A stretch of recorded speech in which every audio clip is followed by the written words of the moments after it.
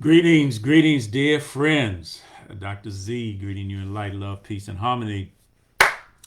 Just got back early this morning from 5 days retreat in Costa Rica, and phenomenal experience. In fact, part of my vision is to conduct some of these retreats, 3 days retreats, with us, as we're building this consciousness champions community. But I decided I wanted to share a few notes with you on some of the things that we learned. Of course, we can't cover 3 days in 10 minutes, but thinking about you all, and as we're building this community, my intention is to come on and do some teaching. Those of you who came to the master class, we want to encourage you to continue using what it is you learn, and these teachings will be part of that. Um, so when we started the trip, actually my first day we went ATV, those four-wheel drive motorcycles. I'm calling it motorcycle, but we went through the country, beautiful country, and we had some fun. Right, got to the beach and all that good stuff, and we want to take you all to some resorts so we can do our consciousness championing from some beautiful places in the world. But when I got there, I set an intention. It's important to set your intention. So, with God's name, the merciful, my intention was I wanted to learn what's required to continue to expand the expansion consistently, and be it, do it, and have the image of what it is that we're wanting to create. So there was some discussion about this conversation over the weekend. Many conversations are what they call geocentric, where it's about the hustle, and maybe there's a magic pill strategy, or we got to grind it out in order to get what it is what we want. And the action is really an effect of the cause.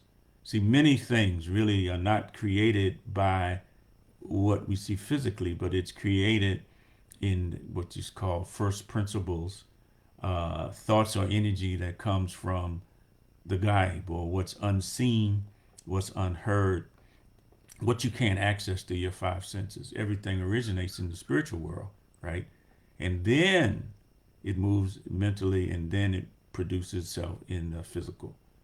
So, this weekend that we just had was really about understanding the mathematics of living powerfully and aligning ourselves with what is required to make that happen.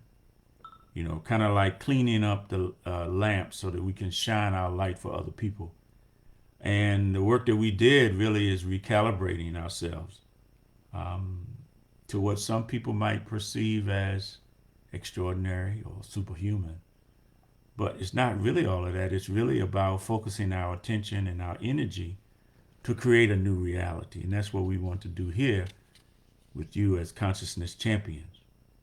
Uh, the core of this work is what they call heliocentric. And the formula desire plus non-resistance equals desired results.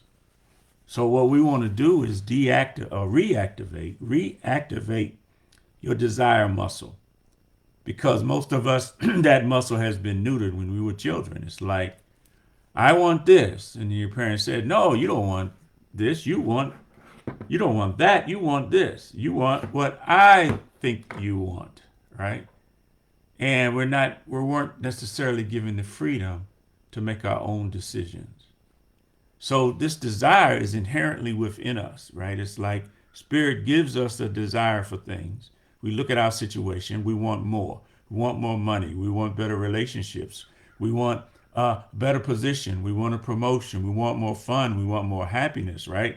All of these things are part of our desires. But what happens is we become resistant to achieving those desires. And then that's what keeps us stuck. So part of our job and focus here is to identify what are the resistances that we have, so we can remove those resistances, and then we can achieve the desired outcome. Because the natural outcome of desire, the natural outcome of desire is to achieve those desired results. So there was some discussion about how thoughts become things. And I know you've probably read Think and Grow Rich, or there are other books, The Power of Decision. There's the Neville collection that, he says everything comes out of the fourth dimension. Well, this fourth dimension, we understand it as the ghaib, as the things you cannot access through your five senses.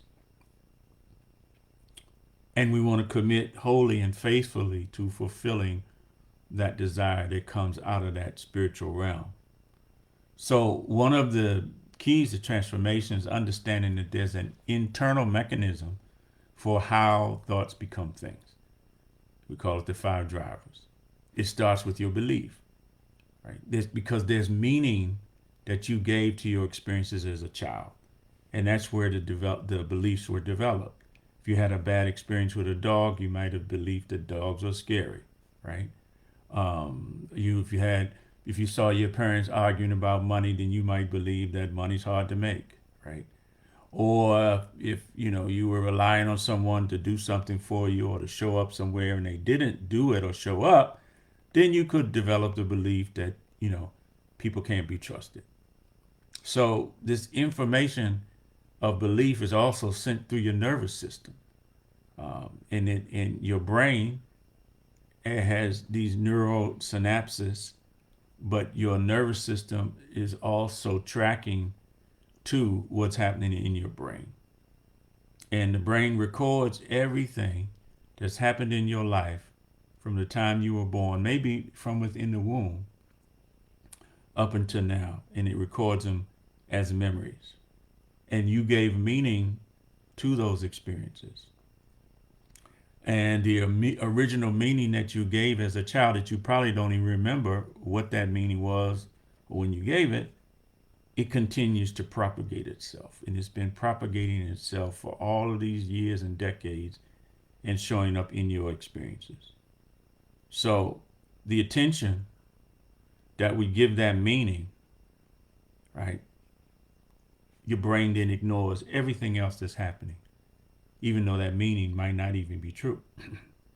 And so those beliefs then turn into your thoughts, and the thoughts of I'm not good enough, or I can't do it, or I have to do it by myself, or I'm not going to do it well, right? Versus those thoughts of, hey, I got this, right?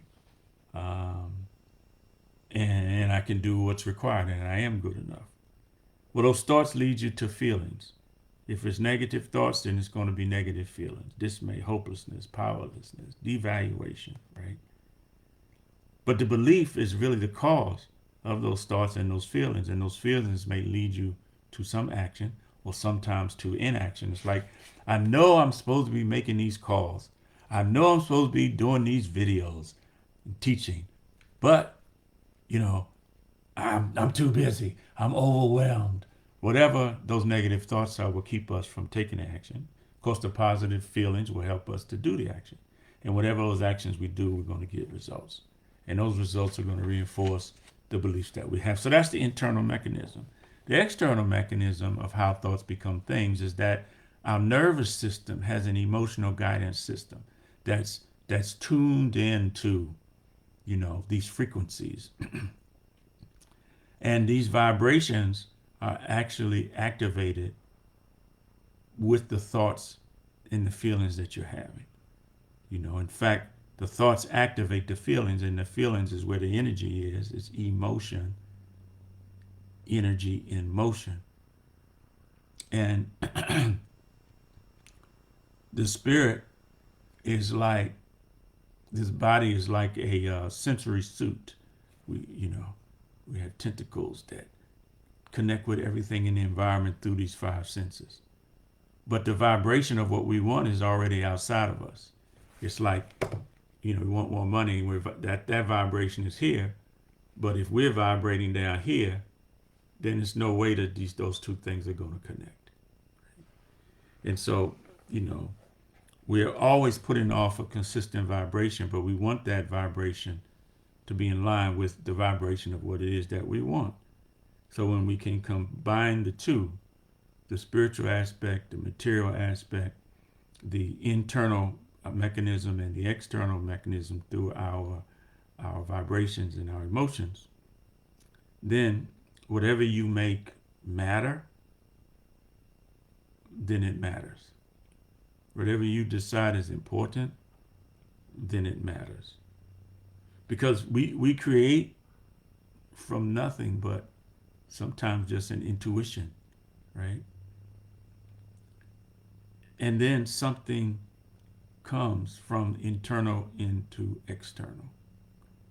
And the meaning that we make, if it's incongruent and it doesn't match what matters or what we want to become matter, then it's not going to work. But when it does become congruent, right, then the natural process is that it will produce. And part of this thing we want to do is peel back some of the layers of the onion, right? That's helping us to move from the external and move into the core. You know, God says he won't change the external condition of a people until they change what's within their own souls. And so we've got to go inside. Although this is counterintuitive to everything that we've been taught. We've been taught that all the answers are outside of us, right? That it's in another book or somebody else has it. You know, even as a child, the teacher had the answers, the parents had the answers, the books had the answers, the friends had, and the coaches, the teacher, everybody else had the answers, but it's not true. The answers are inside. Just like Abraham, right? He said, my Lord will guide me from within. But we got to learn how to trust that, obey that, and trust that. And it's hard to do that when we've been operating off of limiting beliefs. Are y'all picking up what I'm putting down? Put some comments down in here if this is making sense to you. The third key is that there really is a framework for becoming a whole human being. You know, going beyond gender and race and, you know, sexual orientation and education, money, all these other kinds of consciousnesses that limit us. And really understanding that it's the human consciousness that we want to generate. And that we can only be in one of two states of being at any time, either in a primal fear state, you know, overwhelm, frustration, anger, or we can be in a powerful state of being, in joy and happiness, creativity, enthusiasm. And so the name of the game is to identify when you are moving into a primal state, become consciously aware, and then have some tools to look at your belief systems that's moving you into primal fear, and have some tools to get out of it. And that's what we're here to work with. And so this idea of a whole human framework is really going beyond your limiting beliefs, letting go of your trauma. We've all experienced some degree of trauma as children, even as adults. It's been following us our whole lives. And we want to heal that trauma, not only in ourselves, but also in our lineage. You know, because many of us, the things we experience, I can say for my own self, things I experienced as a child, through this work that we've been doing this last couple of years, has helped me realize that, you know, I had to experience all of that judgment and punishment, emotional pain, and judgment so that I could learn how to serve the energy of mercy and love. And so that trauma really is informing us about what's on the other side of that we're here to serve. It's a transformational tool if we understand it. And we want to end the cycle of fears that you've been having, that I've been having, so that we can materialize what it is that we really want to. Another option here in being more human is developing your faith and your connection with the higher power. That's deepening your trust, your obedience, trust, and faith, and maximizing your energy by us surrendering to the one who created us. That's the only way. Breaking the barriers that separate you from being more fully human and being your bigger self, and expanding the version of who you are with more intelligence. So these three things that we want to do here, one is increasing knowledge. We're going to educate you on increasing your consciousness and going beyond that, right? Going beyond just self-awareness. And the key, and the second key is self-discovery. You know, what's in your programming from your past that's keeping you stuck? And we want to help you see that and get out of that. And then the third thing is integration, right? Transformation that allows you to let go of your fears and to grab hold of your faith, not in just words or lip service, but in your whole being, vibration, your brain and your emotions, your emotional guidance system working together to send that vibration out to the environment to connect with that vibration of what it is you want to create. And then continuing to move forward with that, making some new decisions, right? Seeing what surrendering might really look like for you, and then having major breakthroughs as we stay on this journey together. So thank you for paying attention. Hey, leave me some comments. Tell me what you think about what we're talking about. We're really jacked up, excited to share a lot of the new things we learned this weekend. And I thank you. I love you. And God continue to bless you.